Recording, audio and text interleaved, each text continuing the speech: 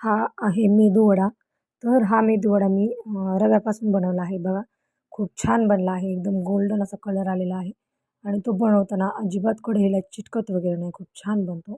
तर बघा आता मी हातात घेऊन दाखवत आहे. खूप क्रिस्पी झाला आहे आणि आतून आपण तो फोडून पाहिला तर तो आतून एकदम सॉफ्ट आहे आणि चवीलाही खूप छान लागतो. तर मी हे ओल्या नारळाची आणि दह्याची चटणी बनवली आहे. त्याच्यामध्ये थोडीशी हिरवी मिरची घातली आहे आणि मोहरी जिऱ्याने फोडणी दिली आहे. तुम्ही बघू शकता.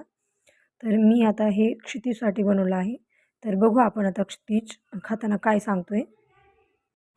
क्षितीज कसं लागते बाळा? छान आहे. आवडलं तुला? नक्की.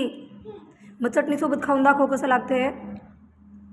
हां, छान आहे का? कशी लागते चटणी? क्षितिज माझ्याकडे बघून बोल. हां, चटणी कशी लागते? छान, गुड बॉय.